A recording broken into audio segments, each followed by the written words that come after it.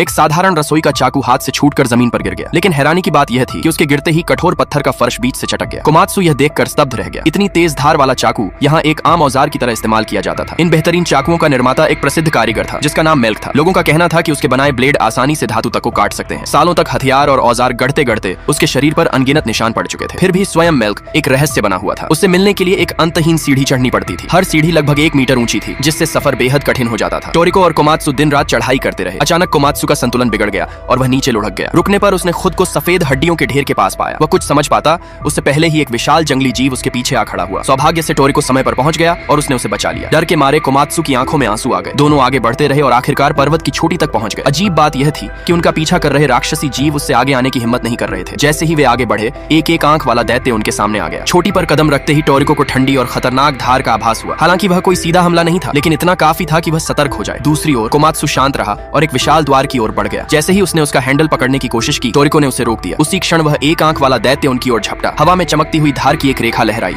और पल भर में उस दैत्य का शरीर 2 हिस्सों में बंट गया।